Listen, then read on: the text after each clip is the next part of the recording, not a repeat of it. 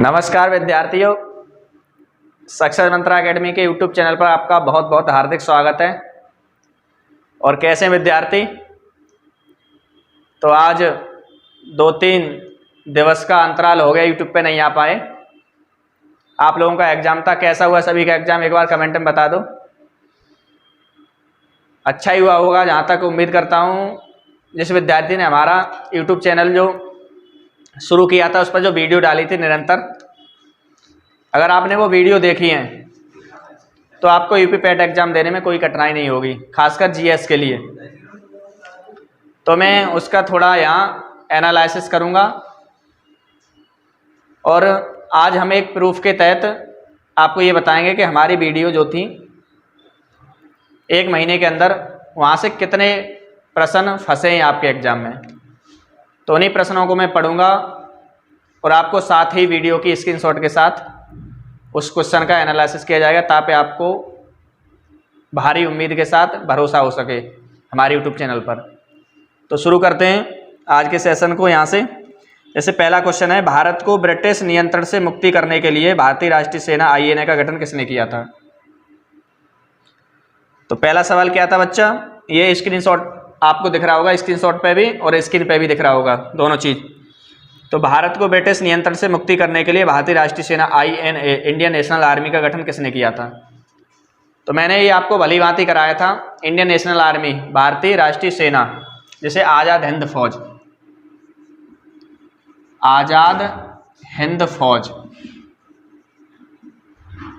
Offline class में भी आपको बताया था और यूट्यूब पे भी बताया था। आज़ाद हिंद फौज किस व्यक्ति के दिमाग की उपज है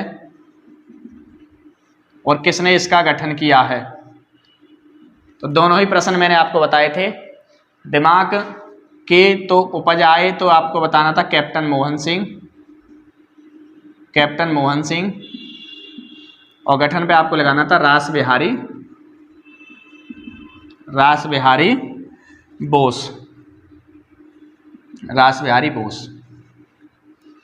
ओके, तो इसका प्रूफ आप देख सकते हो हमारी वीडियो में, और मैं यहाँ पे ये स्क्रीन इसका लगा दूंगा। ओके, तो दूसरे क्वेश्चन की ओर चलते हैं। दूसरा क्वेश्चन ये है कि स्वतंत्र भारत का पहला भारतीय गवर्नर जनरल कौन था? स्वतंत्र भारत का पहला भारतीय गवर्नर जनरल कौन था? तो ये जो वीडियो मैंने आपको 14 तारीख को कराई थी लास्ट में, उसमें मैंने भारत के सभी वायसराय गवर्नर जनरल कंप्लीट कराए थे।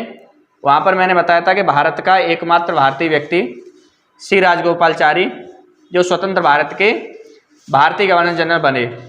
ये आपको स्क्रीन पर दिखाई दे रहा होगा और इसका मिलान आप वीडियो से कर सकते हो। इसी के साथ आपका ये आंसर लगा हुआ है।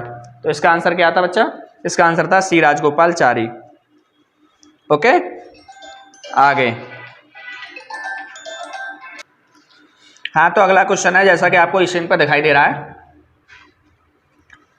निम्नलिखित में से किस राज्य को हरित क्रांति के लिए भारत में RMA स्थल रूप में चुना गया था? मतलब ये हरित क्रांति जो थी वो भारत के किस राज्य में आई थी सबसे पहले, ये क्वेश्चन पूछा गया है। और ये मैंने आपको जब 5 ईयर प्लान पढ़ाए थे, पंचवर्षीय योजना, उस वीडियो में ये कंप्लीट कराया था कि हरित क्रांति 1966-67 में MS स्वामीनाथन लेकर आए थे भारत में, और ये भारत के सबसे पहले पंजाब राज्य में आई थी। इसका बाकायदा प्रूफ मैं अभी आपके सामने स्क्रीनशॉट पर ये लगा दिया है स्क्रीन पे, आपका इसको देख लीजिए, ये वीडियो मैंने बताया है। ओके, आगे क्वेश्चन अगला पढ़ता हूँ। 1969 में कितनी प्रमुख निजी बैंकों का राष्ट्रीयकरण किया गया था? 1969 में। तो मेरी जो 14 तारीख वाली जो वीडियो थी उसमें मैंने बैंकिंग के बारे में आपको बताया था। ये मात्र 2 मिनट की वीडियो थी, केवल 2-3 मिनट की वीडियो थी। उसमें आप देख सकते थे 1969 में कितनी बैंकों का, 14 बैंकों का राष्ट्रीयकरण हुआ था। ये मैंने बैंकों के राष्ट्रीयकरण में तुरंत ही बता दिया था। इसका भी प्रूफ आपके सामने होगा। इस क्वेश्चन को आप स्क्रीन पे देखिए। आगे एक वीडियो मैंने आपकी बताई थी, क्वेश्चन ये है, सामने आप स्क्रीन पर देख पा रहे हैं। योजना आयोग के अंतिम उपाध्यक्ष, योजना आयोग के अंतिम उपाध्यक्ष, आपको ये क्वेश्चन दिखाई दे रहा है। तो मेरी वीडियो है मात्र 5 मिनट की, उसमें नीति आयोग, योजना आयोग मैंने जो कंप्लीट किया है उसमें योजना आयोग, नीति आयोग के बारे में बताया है। तो योजना आयोग के अंतिम उपाध्यक्ष थे मांटेक्सु एलुवालिया। इसका जो पहला ऑप्शन है वो सही है, दिक्कत नहीं। हाँ, भारतीय अर्थव्यवस्था से मैंने आपकी क्लास शुरू करी थी और पहली क्लास भारतीय अर्थव्यवस्था की थी, उसमें मैंने आपको अर्थव्यवस्था के प्रकार बताए थे। और दूसरी क्लास थी वो थी प्रमुख आर्थिक क्रियाओं की, और प्रमुख आर्थिक क्रियाएं मैंने कराई थी, आर्थिक क्रियाएं 3 प्रकार की। तो उसी को लेकर क्वेश्चन है कि कौन सा क्षेत्र भारत का सबसे बड़ा नियोक्ता है। मतलब भारत में ऐसा आपको क्षेत्र बताना है जहां से लोगों को सबसे ज़्यादा रोजगार मिले, नियोक्ता नौकरी देने वाला। तो मैंने उस समय ये बात आपको बताई थी कि आज भी भारत में सर्वाधिक लोग कृषि पर डिपेंड हैं, खेती पर डिपेंड हैं, क्योंकि भारत कैसा देश है, विकासशील देश है। तो जो प्राथमिक क्षेत्र है वो कृषि का उदाहरण है, इसलिए इसका जो ऑप्शन आपको लगाना था, ये लगाना था प्राथमिक क्षेत्र, प्राथमिक क्षेत्र। ओके, नेक्स्ट,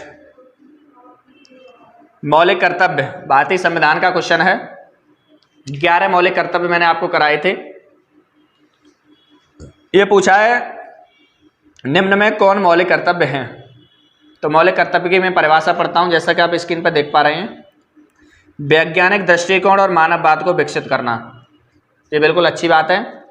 प्रत्येक नागरिक का ये कर्तव्य है कि वो वैज्ञानिक दृष्टिकोण को अपनाए। भारत की संप्रभुता, अखंडता और एकता की रक्षा करना, ये भी उसका फंडामेंटल राइट्स है, ड्यूटी है, सॉरी, कर्तव्य है। और सार्वजनिक संपत्ति की सुरक्षा करना, तो ये मैंने सभी आपको बताया था, तो इसमें आपको सभी लगाना था। मौलिक कर्तव्य सभी हैं। नेक्स्ट, अगला क्वेश्चन है निम्नलिखित में से कौन सा अनुच्छेद अल्पसंख्यकों के हितों के संरक्षण के लिए है। ये जो आप स्क्रीन पर देख रहे हैं क्वेश्चन, अल्पसंख्यकों के हितों का जो संरक्षण है।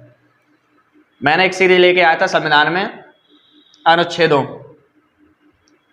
वाली जो सीरीज थी, 1 से लेकर मैंने 395 तक आर्टिकल कवर किए थे, और उसमें मैंने आर्टिकल आपको 29 बताया था। 29 क्या कहता है, अल्पसंख्यक वर्ग के हितों का संरक्षण। ओके, तो इसमें आपको आर्टिकल 29 क्लिक करना था, और इसका प्रूफ आपके सामने अभी आ जाएगा स्क्रीन पे, उसे देख लेना। ये हमारी वीडियो में करा हुआ क्वेश्चन है। ओके, और देखते हैं क्या क्या क्वेश्चन हमने कराए हैं इसमें। सरकारी आयोग मैंने आर्टिकल 263 में आपको कवर कराया। सरकारी आयोग का जो संबंध है वो किससे है, केंद्र और राज्य से संबंधित है। आप स्क्रीन पर देख पा रहे हैं क्वेश्चन है, सरकारी आयोग निम्नलिखित में से किससे संबंध रखता है। तो सरकारी आयोग के बारे में आपको क्या बताना था, केंद्र और राज्यों के बीच संबंध स्थापित करना। आर्टिकल 263 की बात थी ये। उसी आर्टिकल में आपको भारतीय संविधान का अगर वीडियो देखोगे तो ये क्वेश्चन आपको मिल जाता बहुत आसानी के साथ, आपको कोई दिक्कत नहीं होती। ओके, अभी मैं केवल आपको ये जो वीडियो में क्वेश्चन कराए हैं उनकी चर्चा कर रहा हूँ। ऑफलाइन बहुत सारे क्वेश्चन कराए क्लास में, उसको मैं आपको बाद में बताऊंगा क्या क्या चीज़ें मैंने आपको ऑफलाइन भी कराई थी जो आपके पेपर में आई हुई हैं। ओके,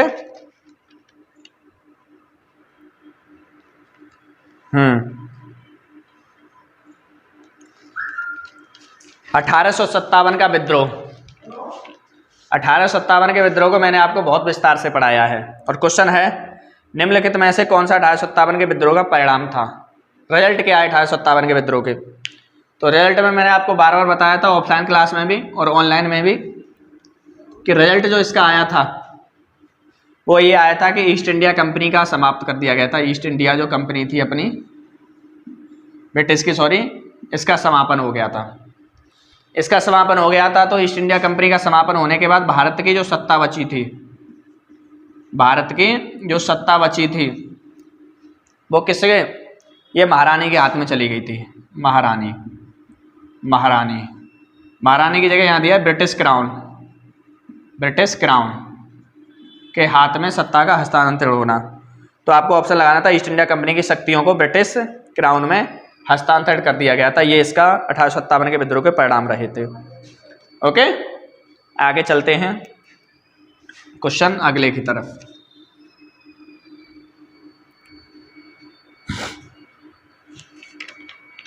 हाँ, ये क्वेश्चन मैंने आपको ऑनलाइन वीडियो के माध्यम से कवर कराए थे, लेकिन जो बातें मैंने ऑफलाइन बताई थी आपको, जो ऑफलाइन बैच में आप जो पढ़ रहे थे, उन क्वेश्चनों के बारे में चर्चा करता हूँ इसी पेपर से। ओके, तो यहाँ ऑफलाइन क्लास के अंतर्गत हमने आपको क्या कवर कराया था।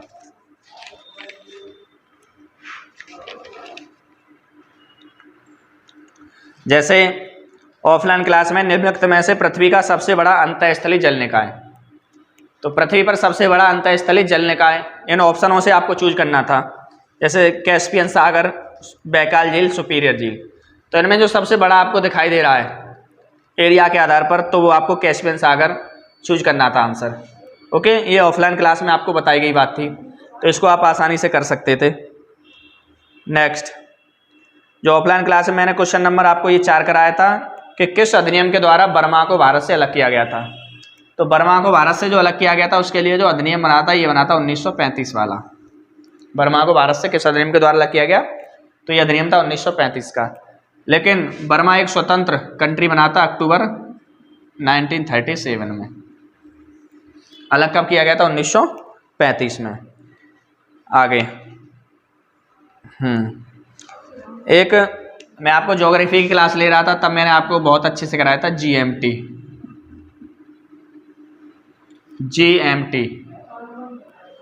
तो इसका मैंने आपको कंप्लीट फॉर्म भी बताए थे। Green mean time, green mean time,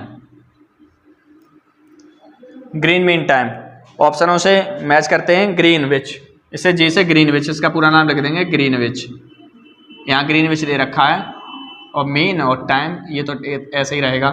तो क्या ये ऑप्शन मैच कर रहा है? हाँ, तो ग्रीनविच मीन टाइम ये वाला ऑप्शन आपको सही कर देना था जीएमटी की कंप्लीट फॉर्म में। ये मैंने आपको ऑफलाइन क्लास में कराया है, ठीक, आपके भूगोल वाले पोर्शन में। और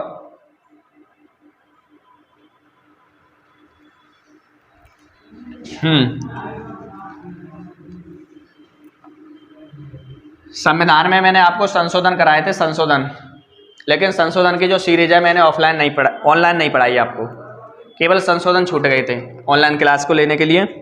लेकिन यहाँ पर पूछा गया है ऑफलाइन क्लास का क्वेश्चन है कि 42वें संविधान संशोधन के द्वारा कौन सा नीति निर्देशक सिद्धांत जोड़ा गया था। 42वें संविधान संशोधन 1976 में जो हुआ था उसके द्वारा ज़्यादातर चीज़ें ऐड की गई हैं। और क्या क्या ऐड किया गया था उसमें से एक पूछा है, तो आपको ये लगा लेता था समान न्याय एवं निःशुल्क विधिक सहायता। समान न्याय एवं निःशुल्क विधिक सहायता ये मैंने आपको कंप्लीट कराया था कब? जब मैं आपको ऑफलाइन बैच में पढ़ा रहा था भारत का संविधान और कंप्लीट करा रहा था उस समय मैंने ये संविधान में जब संशोधन होते हैं उसमें ये क्वेश्चन मैंने कंप्लीट कराया था। हाँ, प्रकाश वर्ष ये 2-3 दिन पहले की बात है। उस समय मैंने बताया था तुम्हें क्लास में प्रकाश वर्ष दूरी का मात्रक है। प्रकाश वर्ष किसका मात्रक है? दूरी का मात्रक है। बाकी ऑफलाइन बैच में मैंने आपको 245 आर्टिकल कराया था, आर्टिकल 245 ऑफलाइन बैच में, लेकिन ऑनलाइन नहीं बताया इसके बारे में, यूट्यूब पे नहीं बताया, लेकिन क्लास में मैंने आपको बताया है। बाकी और देखते हैं क्या क्या मैंने आपको और भी बताया है। हाँ, तो ये क्वेश्चन है नारी को नमन योजना, नारी को नमन तो जिस विद्यार्थी ने मनमोहन सर की जो क्लास ली होगी करंट की, पहले भी बताया था, और लास्ट जो 14 अक्टूबर को जो क्लास हुई थी, लास्ट जो 14 अक्टूबर को क्लास हुई थी नारी को नमन योजना, वहाँ उन्होंने कराया था विस्तार से। सभी विद्यार्थियों को कहा गया था कि ये क्लास देखना ना भूले। तो ये ऑफलाइन क्लास का ये क्वेश्चन था, नारी को नमन योजना ये किस राज्य की? ये हिमाचल की योजना है, ये हिमाचल प्रदेश की योजना है, जो आपको स्क्रीन पर लगा दिया गया क्वेश्चन और आपको दिखाई दे रही है। ओके, आगे क्वेश्चन आपको दिखाई दे रहा है। प्रधानमंत्री नरेंद्र मोदी ने निम्नलिखित में से किस जिले में डॉक्टर संपूर्णानंद स्पोर्ट स्टेडियम में एक कार्यक्रम में 1800 करोड़ रुपए की योजनाओं का उद्घाटन और शिलान्यास किया है?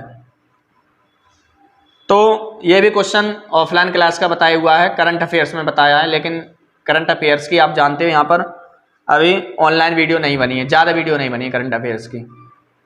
स्टैटिक जीके को लेकर उसी समय जो करंट का इवेंट आता था चर्चा कर दी जाती थी, लेकिन ऑफलाइन क्लास में ये कराया है मनमोहन ने। इसका आंसर आप लगा सकते थे वाराणसी। है ना। और एक और क्वेश्चन है आपका, निम्नलिखित में से किस राज्य सरकार ने 5,000 रुपए की काशी यात्रा सब्सिडी योजना शुरू की है। तो काशी यात्रा जो सब्सिडी योजना शुरू की गई है वो कर्नाटक के द्वारा की गई है। ये भी क्वेश्चन आपको ऑफलाइन बैच में कराया गया है करंट अफेयर्स की क्लास में। तो आप अगर आप ऑफलाइन बैच पढ़ रहे थे, क्लास ले रहे थे निरंतर, कोई आपकी छुट्टी नहीं हुई है, तो आप ये क्वेश्चन आसानी से हल कर सकते थे, है ना। भारत का सबसे छोटा केंद्र शासित प्रदेश, आप स्क्रीन पर देख पा रहे हैं, भारत का सबसे छोटा केंद्र शासित प्रदेश, ये जनगणना, जब मैं आपको जनगणना करा रहा था तो जनगणना वाले पोर्शन में मैंने आपको बताया था कि भारत का क्षेत्रफल की दृष्टि से सबसे बड़ा राज्य कौन सा है, सबसे छोटा राज्य कौन सा है। इसी प्रकार मैंने केंद्र शासित प्रदेश के बारे में बताया था कि सबसे बड़ा केंद्र शासित प्रदेश कौन सा है, सबसे छोटा केंद्र शासित प्रदेश कौन सा है।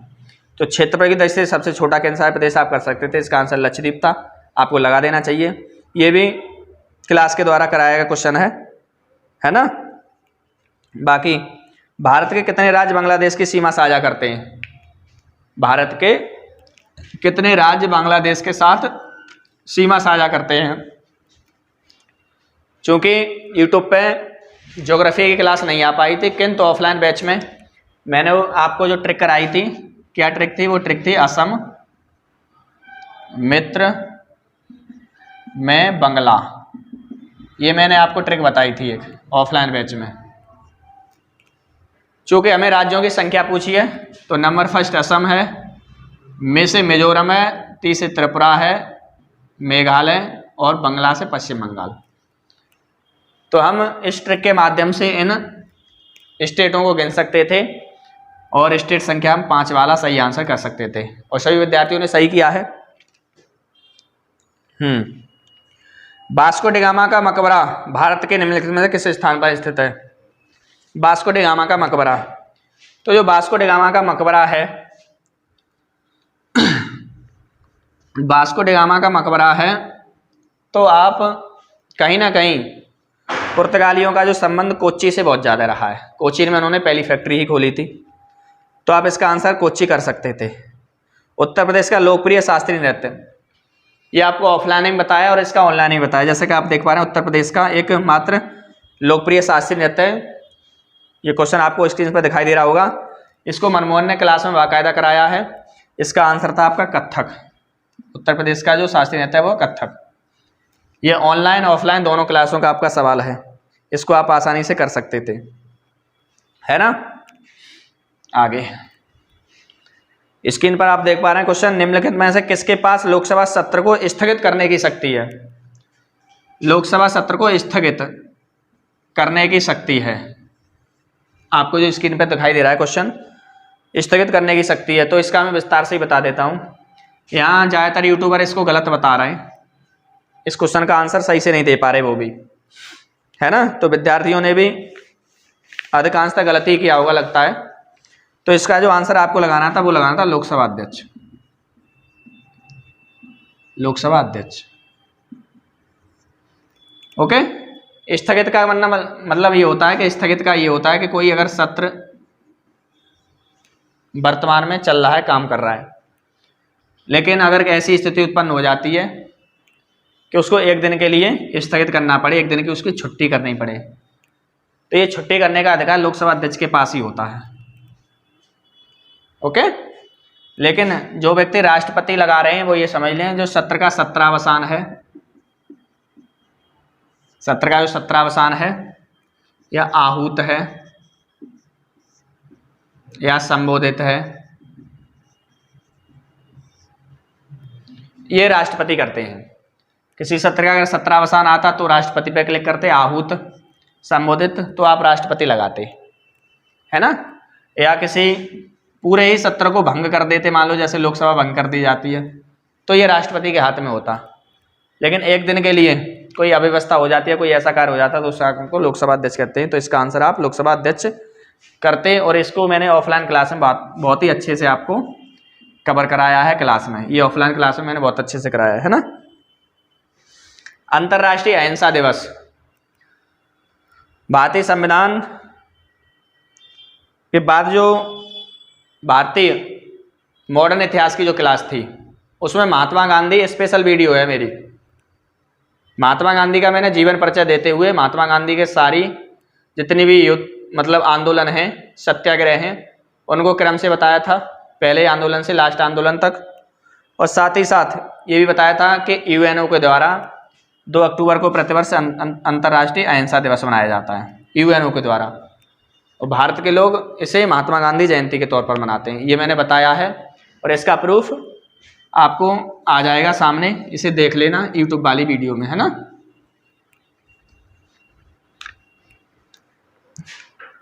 क्वेश्चन अगला है, देखते हैं। थॉमस कप, थॉमस कप, तो मैंने आपको ये 2-3 बार बताया हुआ थॉमस कप। थॉमस कप 2 से 3 बार ऑफलाइन बैच में। सैटरडे को मेरी करंट अफेयर्स की क्लास होती है, उस समय भी मैंने आपको बताया था कि भारत ने पहली बार थॉमस कप जीता है। भारत ने पहली बार थॉमस कप जीता है, और इस थॉमस कप का जो संबंध है वो किससे है? बैडमिंटन से। बैडमिंटन से थॉमस कप का संबंध किससे है? बैडमिंटन से। तो ये हमारी ऑफलाइन क्लास का क्वेश्चन था। ओके। प्रसिद्ध पुस्तक विंग्स ऑफ फायर, प्रसिद्ध पुस्तक विंग्स ऑफ फायर, ये मनमोहन सर के द्वारा आपको कराया गया क्वेश्चन है। विंग्स ऑफ फायर किसकी आत्मकथा है? किसकी आत्मकथा है? और इसको तो आप वैसे भी जानते हो बहुत अच्छे तरीके से, ये जो है डॉक्टर एपीजे अब्दुल कलाम की आत्मकथा है। विंग्स ऑफ फायर किसकी आत्मकथा है? ये डॉक्टर एपीजे अब्दुल कलाम की एक आत्मकथा थी। तो मैं उन्हीं क्वेश्चनों पर जिक्र कर रहा हूँ ज़्यादातर, जो हमारे बैच अथवा यूट्यूब की क्लास से आए हुए हैं, और उसके लिए आपके पास पूरा प्रूफ बाकायदा हम भेज रहे हैं, जिससे आपको बहुत अच्छा भरोसा हो जाए कि बहुत कम समय में, 1 महीने में आपको इतने क्वेश्चन मिल सकते थे। हाँ, समुद्रगुप्त के दरबारी कवि हर्षेड, हर्षेड, समुद्रगुप्त के दरबारी कवि थे हर्षेड। ये ऑफलाइन क्लास में बाकायदा कराया गया क्वेश्चन है। हर्षेड, हर्षेड समुद्रगुप्त के कौन थे? दरबारी कवि थे हर्षेड। ये आपको क्वेश्चन देखते ही पहचान लेना चाहिए था, क्योंकि ऑफलाइन क्लास का क्वेश्चन है, बताया गया क्वेश्चन है। ओके। जजियाकर, जजियाकर, जजियाकर मैंने आपको विस्तार से बताया था ऑफलाइन क्लास में। जजियाकर की शुरुआत से अंत तक, जजियाकर को शुरू से लेकर अंत तक, तो शुरू किसने किया था? एक बार पुनः इसके जिक्र करते हैं, शुरू किसने किया था? तो शुरू पूछता है तो मोहम्मद बिन कासिम, मोहम्मद बिन कासिम के द्वारा जजियाकर शुरू किया गया था। ओके। अंत किसने किया था इसका, या समाप्त किसने किया था? तो यहाँ अकबर के द्वारा, अकबर के द्वारा। लेकिन यहाँ पूछा है कि पुनः शुरू किसने किया? पुनः, तो ये औरंगजेब, औरंगजेब, औरंगजेब। मैंने आपको 12-13 अक्टूबर में क्लास ली थी, उसके बारे में बताया था, जजियाकर उसी समय कराया था। ठीक। ब्राह्मणों पर किसने वसूला था? ब्राह्मणों पर लागू किसने किया था? तो ब्राह्मणों पर लागू किया था किसने? फिरोज शाह तुगलक ने, फिरोज शाह तुगलक ने। आप इसका ये आंसर सही कर सकते थे। पूर्णतः समाप्त किसने किया था? ये भी मैंने बताया था आपको लिए। पूर्णतः समाप्त किया था मोहम्मद शाह रंगीला, ये भी बताया था मैंने आपको, मोहम्मद शाह रंगीला के द्वारा जजियाकर पूरी तरह से समाप्त कर दिया गया था। तो ये ऑफलाइन क्लास में मैंने आपको बहुत अच्छे से विस्तार से बताया था जजियाकर के बारे में। ओके। पंचतंत्र की कथाएं, पंचतंत्र की कथाएं, ये आपको मनमोहन सर ने कराया है, पंचतंत्र की कथाएं। और पंचतंत्र बहुत ही फेमस क्वेश्चन है, ये कई बार एग्जाम में आता है। अगर आप कंपटीशन की तैयारी कर रहे हैं वास्तव में ही, तो इस क्वेश्चन को आपने गलत नहीं किया होगा। पंचतंत्र विष्णु शर्मा की है। किसकी है? विष्णु शर्मा की है। ऑफलाइन क्लास में मैंने आपको बौद्ध धर्म जैन धर्म बहुत तेजी के साथ कंप्लीट कराए थे। तो बौद्ध धर्म जैन धर्म में मैंने बताया था कि पहला उपदेश, पहला जो उपदेश दिया था उस घटना को क्या कहते हैं? घटना, महात्मा बुद्ध के जीवन से जुड़ी हुई घटना है। उस घटना में मैंने आपको बताया था जब महात्मा बुद्ध ने पहला उपदेश दिया था, उसे क्या बोला गया था? धर्म चक्र परिवर्तन, धर्म चक्र परिवर्तन। तो ये आपको सही कर देना था आंसर। ओके, आगे।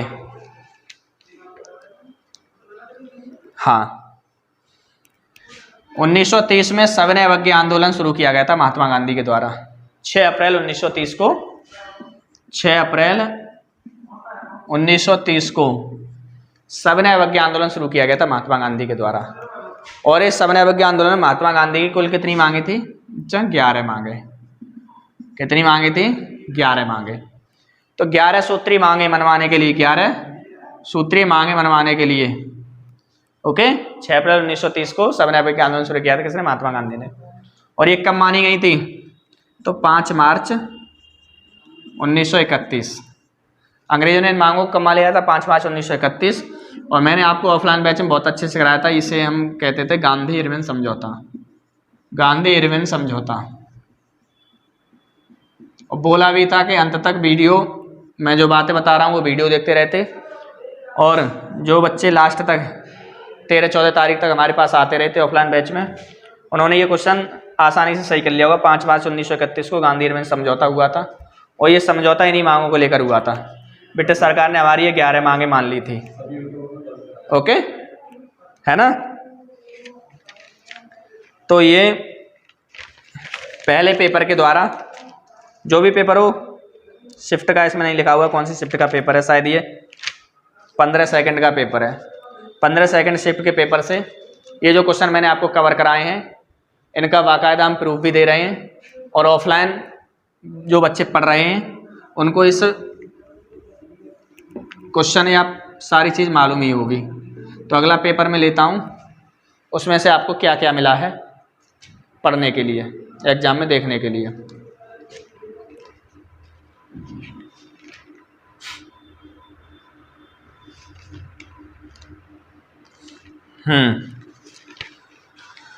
पहला क्वेश्चन है ये, ऑनलाइन ऑफलाइन दोनों में कराया गया है ये, ऑनलाइन ऑफलाइन दोनों ही। ऑनलाइन क्लास में यूट्यूब पे भी पढ़ाया गया, ऑफलाइन बैच में भी।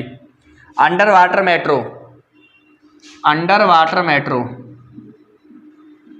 अंडर वाटर मेट्रो, भारत का ऐसा कौन सा शहर है जो अंडर वाटर मेट्रो का परिचालन कर रहा है? तो उसके लिए आपको बहुत अच्छे से कर देना था, कई बार मैंने भी लिखवा दिया है। तो इसका आंसर था कोलकाता, इसका आंसर था कोलकाता। मैंने भी बताया, ये मनमोहन सर ने भी बताया आपको, 2-3 बार इसकी जिक्र की है। तो इस क्वेश्चन को आपने बहुत अच्छे से सही किया होगा।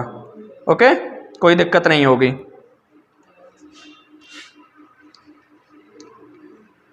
नेक्स्ट,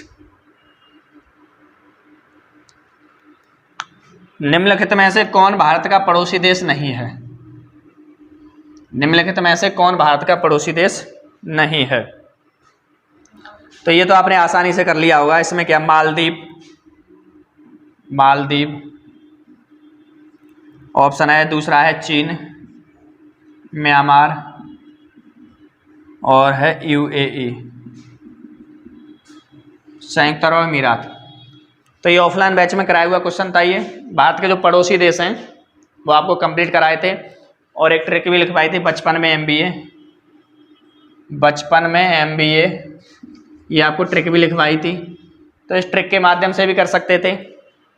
और बाकी एक यहाँ से इस ट्रिक से एक और क्वेश्चन आया कि भारत की सर्वाधिक जो सीमा साझा करता है वो बांग्लादेश करता है, दूसरे नंबर पर चीन करता है, तीसरे नंबर पर पाकिस्तान, फिर नेपाल, फिर म्यांमार, फिर बांग्लादेश, फिर अफगानिस्तान।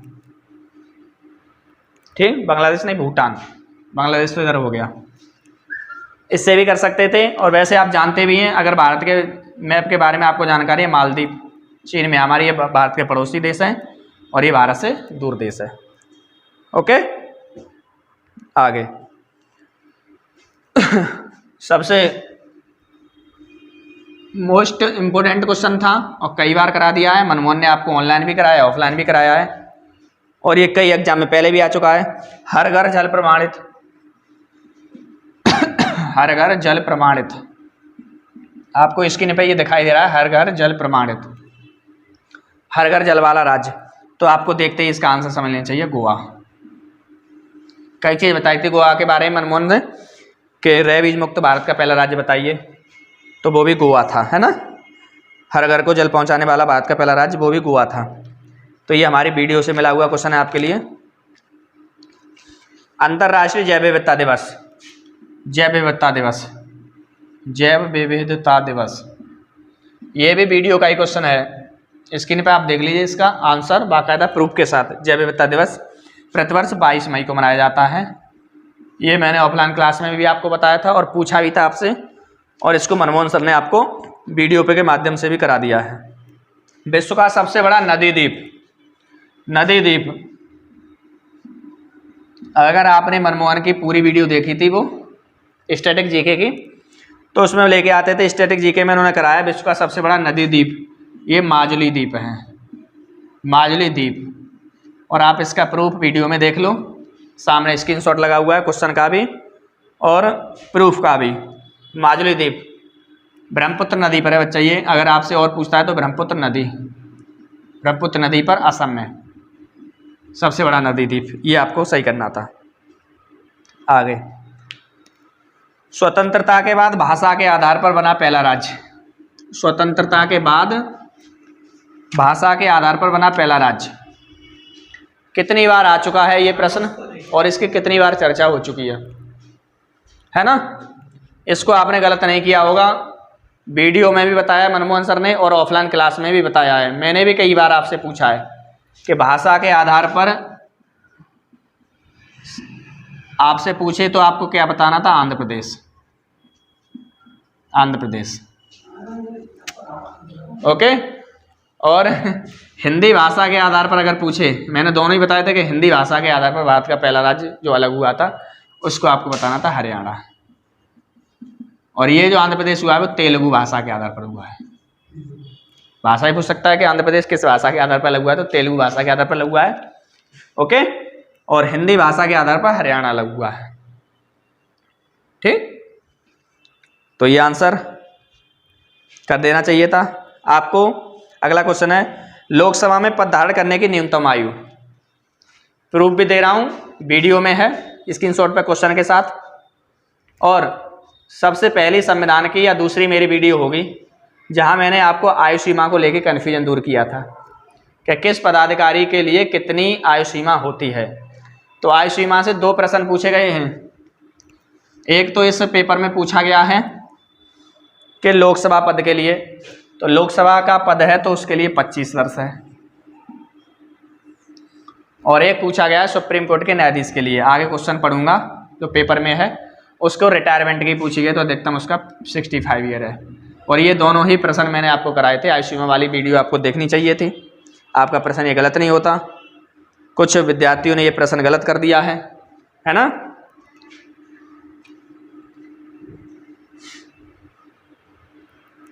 हाँ, नौटंकी ऑफलाइन क्लास में बहुत बार कराया। उत्तर प्रदेश के जो नृत्य थे, शास्त्रीय नृत्य को लेकर दोनों ही पूछे गए हैं।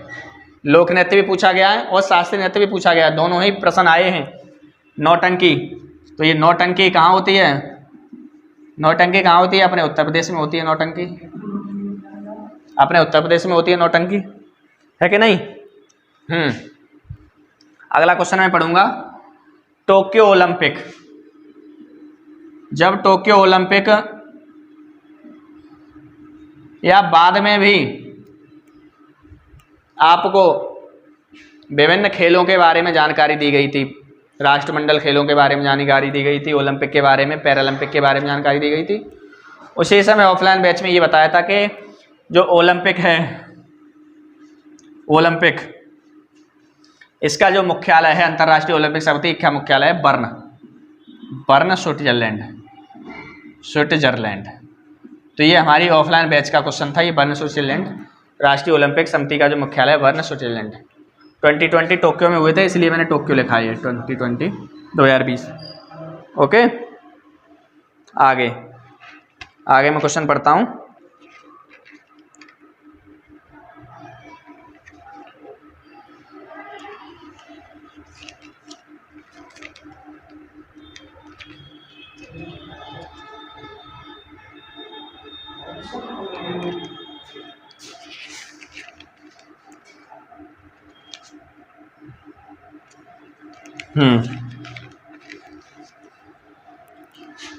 अगला क्वेश्चन है आपकी स्क्रीन पर, किस स्थान पर प्रथम बौद्ध संगीति का आयोजन हुआ था। किस स्थान पर प्रथम बौद्ध संगीति का आयोजन हुआ था? तो जो 12 अक्टूबर को मेरी क्लास थी ऑफलाइन बैच में, 12 अक्टूबर को मेरी क्लास थी ऑफलाइन बैच में, तो मैंने आपको एक ट्रिक लगाई थी रवे पाक। कौन सी ट्रिक लगाई थी बच्चा? रवे पाक। रवे पाक आपको याद है वही होगी। तो रा से राजगृह, राजगृह का राजगीर भी होता है, तो इसमें ऑप्शन राजगीर दिया है बच्चा। जो पहली बौद्ध संगीति हुई थी वो राजगृह राजगीर में हुई थी। दूसरी बौद्ध संगीति अगर पूछता तो वैसे वैशाली आप लगा देते, वैशाली बहुत आसानी के साथ। तीसरी पाटलिपुत्र लगा देते अगर तीसरी बौद्ध संगीति पूछता तो पाटलिपुत्र। चौथी कुंडलवन, कुंडलवन। ओके, तो इसका आंसर आपने गलत नहीं किया होगा, अच्छा किया होगा। आगे, हाँ, अगला क्वेश्चन है, बहुत ही अच्छा क्वेश्चन है और आपको स्क्रीन पर ये दिखाई दे रहा होगा क्वेश्चन। ये ऑफलाइन बैच का क्वेश्चन है। तो ऑफलाइन बैच का क्वेश्चन कौन सा है? ये पूछा है देव नाम प्रिय, देव नाम प्रिय किसका नाम था? तो अशोक का जो नाम है वो देवनाम प्रिय है। अशोक के उपनाम मैंने लिखवाए थे आपके लिए, अशोक के उपनाम लिखवाए थे, तो उसमें मौर्य सम्राट अशोक था, अशोक उसके नाम था देवनाम प्रिय। ये आपको सही करना था। ये आपका किसका? ऑफलाइन बैच का क्वेश्चन था और ये कराया हुआ क्वेश्चन है, ठीक है ना। आगे, ईस्ट इंडिया कंपनी, जब मैं ईस्ट इंडिया कंपनी की शुरुआत करता हूँ ऑफलाइन बैच में, बताया था मैंने आपके लिए, चिल्ला चिल्ला कर बताता हूँ कि जब ईस्ट इंडिया कंपनी बनी थी 1600 में, कहाँ बनी थी? 1600 में, इंग्लैंड में। तब भारत में अकबर शासन कर रहा था। कौन शासन कर रहा था? अकबर के द्वारा शासन किया जा रहा था। लेकिन इसने अकबर नहीं पूछा, और जब ये भारत आई तब जहांगीर का शासन था। जब ये भारत आई तब जहांगीर का शासन था। इससे पहले प्रश्न इस तरीके से पूछे जाते रहे थे, 2 प्रश्न। लेकिन एग्जामिनर तो एग्जामिनर ही है, उसने क्या पूछा है कि भाई अकबर और जहांगीर का जो वंश था वो कौन सा वंश है, किस वंशज थे? बताओ किस वंश के शासक हैं ये? तो वंश पूछा है। ऑप्शन है तुम्हारा शुंग सम्राट, मौर्य सम्राट, गुप्त सम्राट या मुगल सम्राट। तो ये कौन थे? मुगल थे, तो आपको मुगल सम्राट लगाना था, आपको आंसर मुगल सम्राट लगाना था। तो इतना बदला है। ओके, ऑफलाइन बैच का एक और क्वेश्चन है, भूदान, भूदान आंदोलन, भूदान आंदोलन बच्चों के जिब्या पर रहता है। इजी क्वेश्चन भी है, अच्छा क्वेश्चन है। भूदान आंदोलन चलाया था विनोबा भावे, आचार्य विनोबा भावे, आचार्य विनोबा भावे के द्वारा भूदान आंदोलन चलाया गया था। आगे,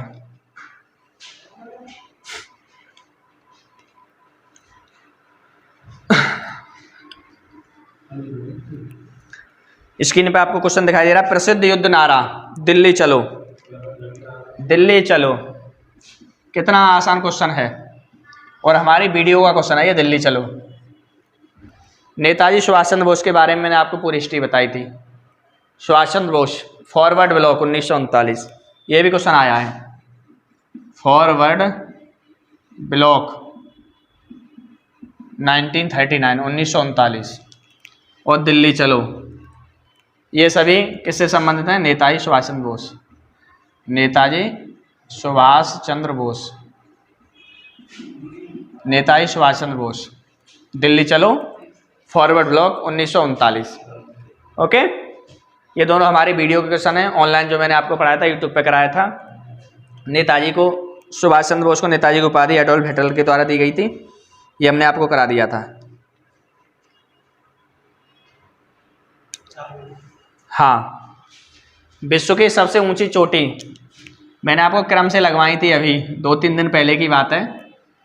Indian geography, sorry world geography पढ़ाई जा रही है ऑफलाइन बैच में मॉर्निंग में, तो उस समय मैंने चोटियाँ आपको कराई थी, जैसे माउंट एवरेस्ट, K2, कंचनजंगा, इस तरीके से कराई थी। विश्व की सबसे ऊंची चोटी अवरोही क्रम में, डिसेंडिंग ऑर्डर में। तो ये पूछा है कि माउंट एवरेस्ट कहाँ है, इसकी स्थिति पूछी है, स्थिति कहाँ है माउंट एवरेस्ट। तो ऑप्शन है बिल्कुल सटीक है, नेपाल और तिब्बत, भारत और भूटान, भारत और नेपाल। तो आप ये आसानी से लगा सकते हो, इसका जो सही आंसर होना चाहिए वो नेपाल तिब्बत, तिब्बत, नेपाल और तिब्बत के बीच है ये माउंट एवरेस्ट। भारत का मानक समय ग्रीनविच रेखा GMT है ना।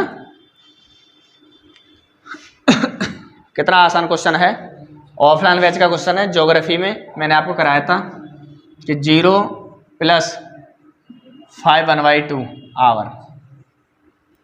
जो भारत का मानक समय है वो GMT ग्रीनविच रेखा के मानक समय से 5.5 घंटा क्या है, आगे है बच्चा, 5.5 घंटा आगे है। और भारत का मानक समय कहाँ से लिया गया है ये भी पूछा है, तो 82.5 डिग्री पूर्वी देशांतर। दोनों ही क्वेश्चन आए हैं। भारत का जो मानक समय है 82.5 डिग्री पूर्वी देशांतर से लिया गया है। 2-4 दिन पहले का ही क्वेश्चन है कराया हुआ, और कितने घंटे आगे, तो 5.5 घंटे आगे है। ओके, आपको बहुत आसानी से कर दिया होगा आप सभी ने ये क्वेश्चन। बिहार का शोक, नदियां जब आपको पढ़ाई गई थी बिहार का शोक, तो कोसी नदी है। बिहार का शोक कौन सी नदी है, कोसी नदी है। ऑफलाइन बैच का क्वेश्चन है, कई बार कराया है। भारतीय पंचवर्षीय योजनाओं को अंतिम स्वीकृति, भारतीय पंचवर्षीय योजनाओं को अंतिम स्वीकृति कौन देता है। आपकी स्क्रीन पे क्वेश्चन है और इसका प्रूफ भी है बाकायदा आपकी स्क्रीन पर ही। तो इसके लिए NDC राष्ट्रीय विकास परिषद, राष्ट्रीय विकास परिषद नीति आयोग योजना आयोग वाली एक ही वीडियो है, मुश्किल से 5 या 10 मिनट की वीडियो होगी। वहाँ मैंने आपको बहुत अच्छे से बताया है कि योजना आयोग, नीति आयोग और राष्ट्रीय विकास परिषद क्या है, इनके कार्य क्या हैं। तो योजनाओं को जो अंतिम स्वीकृति देता है वो देता है राष्ट्रीय विकास परिषद, NDC। ओके,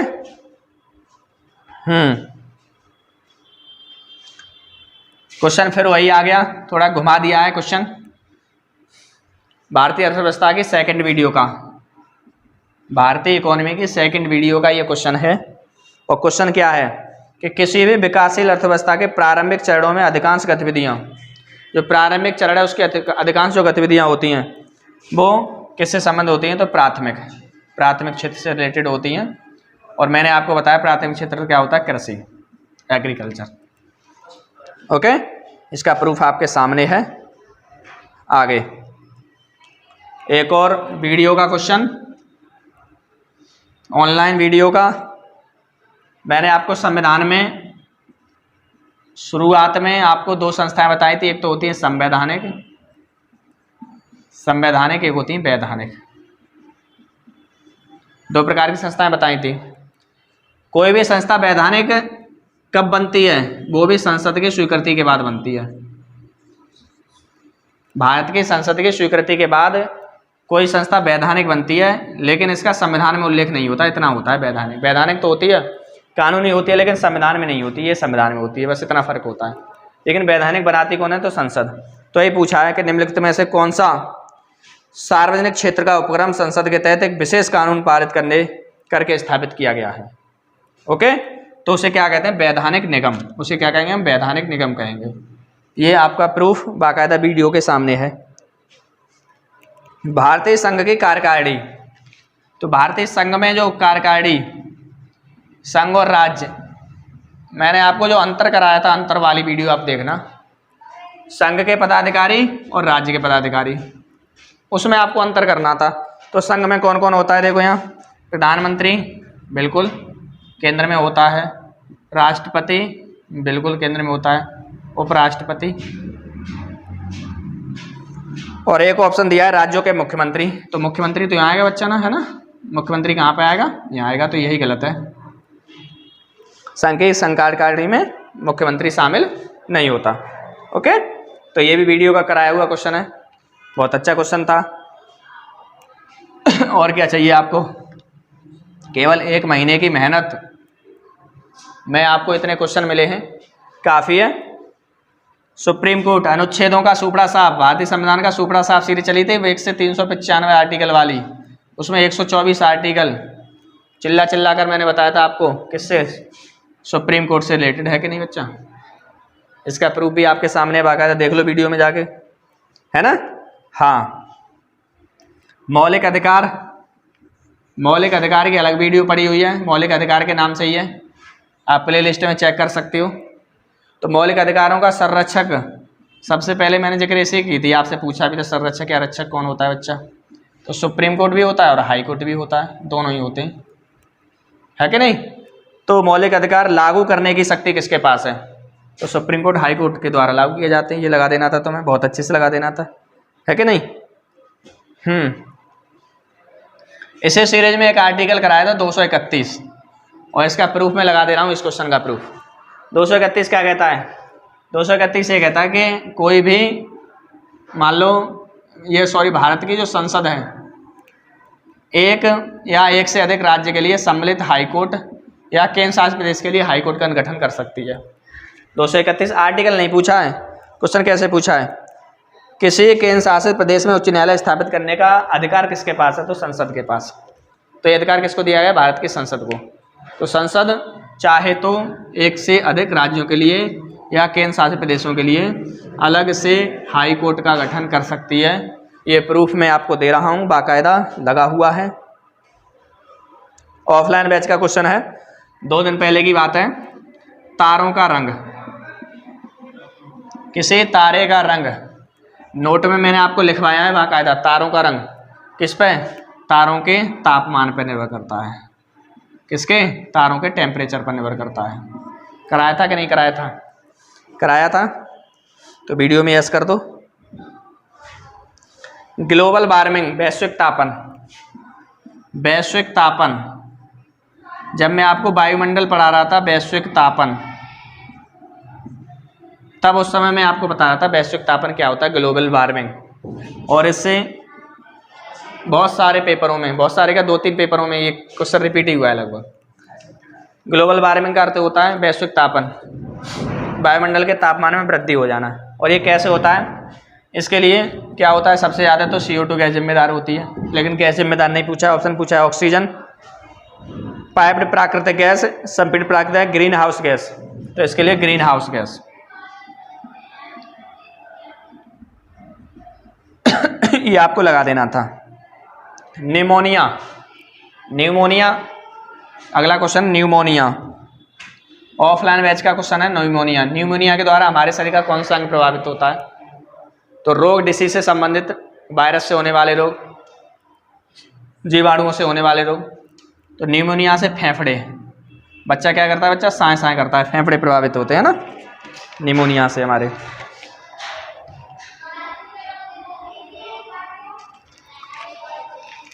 कितना आसान क्वेश्चन है। पादप कोशिका भित्ति, पादप कोशिका भित्ति, पादप कोशिका भित्ति। जब मैंने आपको सेल कराया था, सेल चैप्टर आपको कराया था सेल, तब सेल में मैंने आपको कंप्लीट कराया था। सेल में पादप की जो कोशिका भित्ति होती है वो किसकी बनी होती है? Cellulose, cellulose. ओके, सेलुलोज को पचाने के लिए क्या मनुष्य के अंदर कोई अंग होता है? सेलुलोज को पचाने के लिए मनुष्य के अंदर एक अंग होता था जिसे हम अपेंडिक्स कहते थे। अपेंडिक्स, सेलुलोज को पचाने के लिए एक अंग होता था अपेंडिक्स। ओके, अब अपेंडिक्स एक अवशेषी अंग है। अपेंडिक्स क्या है? अवशेषी अंग है सेलुलोज को पचाने के लिए, क्योंकि मनुष्य क्या है? मनुष्य सर्वाहारी है, मनुष्य सर्वाहारी है। तो सेलुलोज को पचा सकता है, पत्तेदार सब्जियां पचा सकता है, पत्तेदार सब्जियां। तो जब मनुष्य ज़्यादा पत्तेदार सब्जियां खा लेता है तो अपेंडिक्स में पीड़ा होने लगती है, इसका काम ज़्यादा बढ़ जाता है, पीड़ा होने लगती है, दर्द होता है, तो डॉक्टर से निकाल देता है, फिर अपेंडिक्स का ऑपरेशन हो जाता है ना। तो सेलुलोज की बनी होती है। बहुत अच्छा क्वेश्चन था, कराया हुआ क्वेश्चन था। तो ये मैंने 2 पेपर का भी एनालिसिस किया है, 2 पेपर बचे हैं, उनका मैं कल एनालिसिस करूँगा कि हमने जो पढ़ाया है ऑफलाइन और ऑनलाइन बैच में, वहाँ से आपको कितने क्वेश्चन देखने को मिले हैं। और इसका प्रूफ हमारे यूट्यूब चैनल सक्सेस मंत्रा एकेडमी पर है आपके सामने। आप चाहो तो खुद वीडियो में जाकर देख सकते हो। और कुछ प्रश्नों का मैं आपके सामने प्रूफ लगा दे रहा हूँ, जिससे आपको विश्वास होना चाहिए कि हमारी टीम ने जो पिछले 1 महीने से मेहनत करी थी वो यूपीपैट में कुछ हद तक बच्चों के लिए रिजल्ट देने में कामयाब रहेगी। और आशा करते हैं आगे आप लोगों का सहयोग रहा तो निरंतर वीडियो आती रहेंगी। हाँ, जो भी आप आगे तैयारी करें, SSC GD यूपी पुलिस, आगे जो हमारा टारगेट है, सबसे ज़्यादा मेन फोकस है वो यूपी पुलिस, SSC GD और यूपीपैट के थ्रू जो वैकेंसी आएंगी उस पर हम बहुत ही ज़्यादा विस्तार से आपको यूट्यूब चैनल के माध्यम से जानकारी देते रहेंगे। तो निरंतर वीडियो देखा करो, सपोर्ट करो, चैनल को सब्सक्राइब कर लो और ज़्यादा बच्चों में शेयर कर दिया करो। धन्यवाद।